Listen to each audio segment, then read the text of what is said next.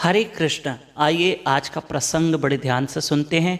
लेकिन जयपुर वासियों के लिए एक गुड न्यूज़ है कि बापूजी सरकार जयपुर नगरी में पधार रहे हैं 29 और 30 मार्च। बापूजी के 2 दिन के प्रवचन शुक्रवार शनिवार शाम को 7 से 9 बजे तक साईं कंवरराम मैरिज हॉल, कंवर नगर, जयपुर, और महाप्रसाद भी है। आइए आज का प्रसंग बड़े ध्यान से सुने। आज का विषय ये है कि अगर हम किसी के साथ अच्छा करते हैं तो हमारा अवश्य अच्छा होगा, और अगर हम किसी के साथ बुरा करते हैं तो हमारा बुरा होगा। ये प्रसंग मैं बहुत पहले बता चुका हूँ, फिर भी एक बार हम आपको ज़रूर बताएंगे। एक माता थी, उसका बेटा कमाने के लिए बहुत दूर गया था, अपने गांव से बहुत दूर। लेकिन 3-4 साल बीत गए, बेटा लौट के नहीं आया, और वो माता अपने बेटे का इंतज़ार करती, और बेटा तो लौट के आया नहीं। माँ रोती रहती थी, 3-4 साल हो गए, कोई पत्र नहीं, कोई चिट्ठी नहीं। ऐसे में वो रोज़ अपने बेटे का इंतज़ार करती। उस ज़माने में कोई सुविधाएं तो थी नहीं, आप सबको पता है, कि एक दूसरे को मैसेज भेज सके। और माँ 3-4 साल से बेटे का इंतज़ार कर रही थी। बेटा कहीं दूर कमाने गया था, बहुत दूर। ऐसे में उस माता के दर पे एक फ़कीर आया, और वो बार बार कह रहा था कि बुरा करोगे तो बुरा होगा, अच्छा करोगे तो अच्छा होगा, अच्छे का परिणाम अच्छा ही आएगा। अब उस माता के मन में दया आई कि ये मांगने वाला जो भिक्षुक है, जो मांग रहा है, वो कह रहा है कि बुरा करोगे तो बुरा होगा, अच्छे का परिणाम भगवान देगा।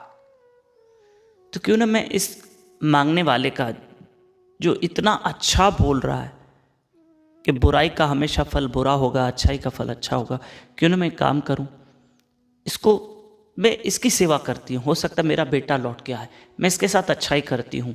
तो इस माता ने शुद्ध घी का पराठा बना के उस भिक्षुक को दिया, मांगने वाले को दिया। और वो भी भगवान का बड़ा प्यारा था, बड़ा प्यारा था।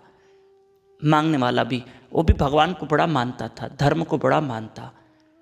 तो 6 महीने तक उस माता ने उस रोटी बनाई, और रोटी बना के उस मांगने वाले को दी, मांगने वाले को दी। लेकिन बेटा लौट के नहीं आया।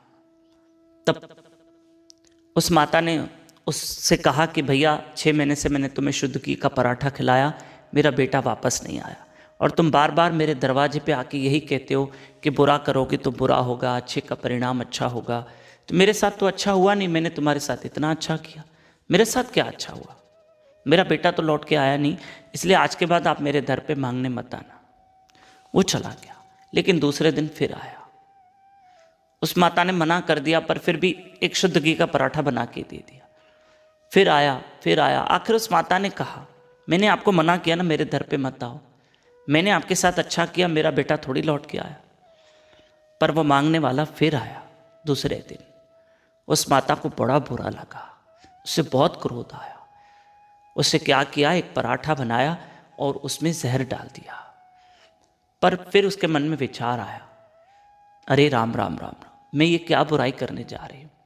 उससे जहर वाला पराठा फेंका और शुद्ध घी का पराठा बना के उसको दे दिया।